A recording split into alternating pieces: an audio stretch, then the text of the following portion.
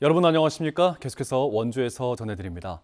내년 4월 10일에 치러지는 제22대 국회의원 선거의 예비 후보자 등록이 시작됐습니다. 예비 후보 등록 첫날인 오늘 원주시 선관위와 영월군 선관위 등 도내 6개 선거관리위원회에선 이른 아침부터 정치 신인을 비롯한 총선 출마자들의 예비 후보 등록이 이어지고 있습니다.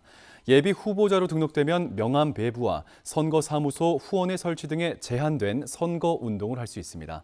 한편 총선 120일 전인 오늘부턴 선거에 영향을 미치는 현수막 등의 시설물 설치는 금지됩니다.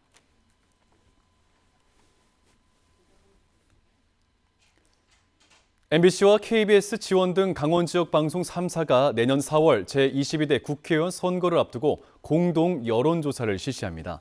도내 8개 선거구에 대한 주요 후보군의 지지도와 정당별 후보군 적합도와 함께 대통령과 강원도지사, 교육감의 국정, 도정, 교육 행정에 대한 평가를 조사합니다.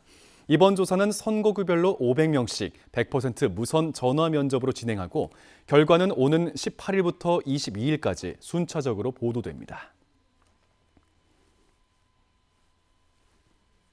여준성 전 청와대 비서관이 제22대 총선 원주갑 출마를 선언하고 예비 후보로 등록했습니다.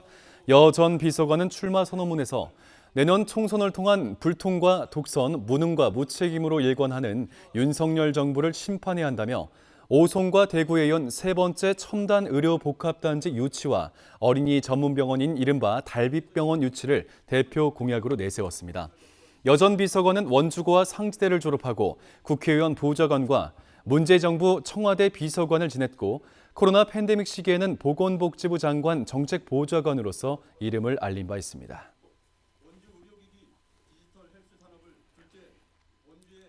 허피롱 전 홍천군수가 제22대 국회의원 선거 홍천, 횡성, 영월, 평창 지역구에 민주당 후보로 나서겠다며 출마 선언을 했습니다.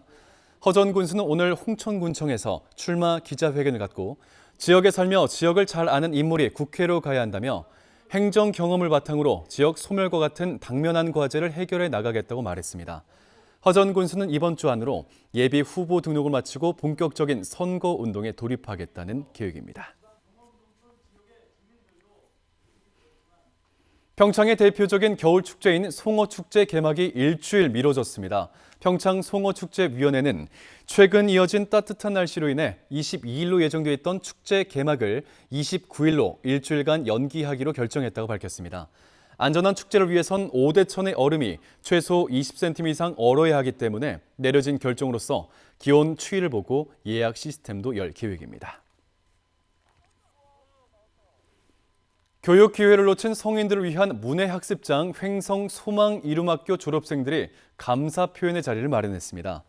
평균 연령 70대인 졸업생 60명은 오늘 횡성 군립도서관에서 첫 졸업 사원회를 갖고 선생님께 감사의 뜻을 담은 편지를 전달하고 준비해온 음식을 함께 나눴습니다.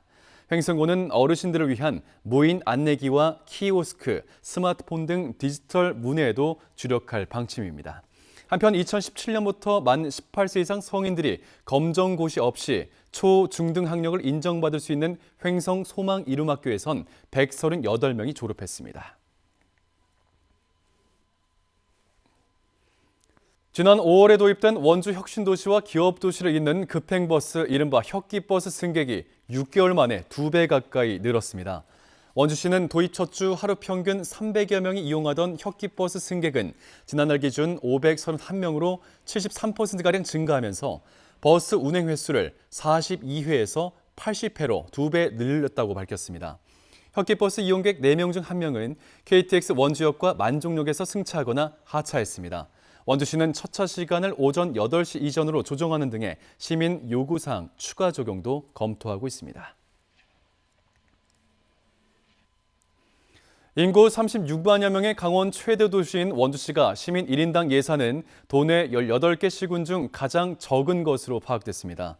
원주시에 따르면 2023년 본 예산 1조 5,870억 원을 원주시민 36만 808명으로 나눈 시민 1인당 예산은 439만 9천 원으로 도내 18개 시군 중 가장 적었습니다.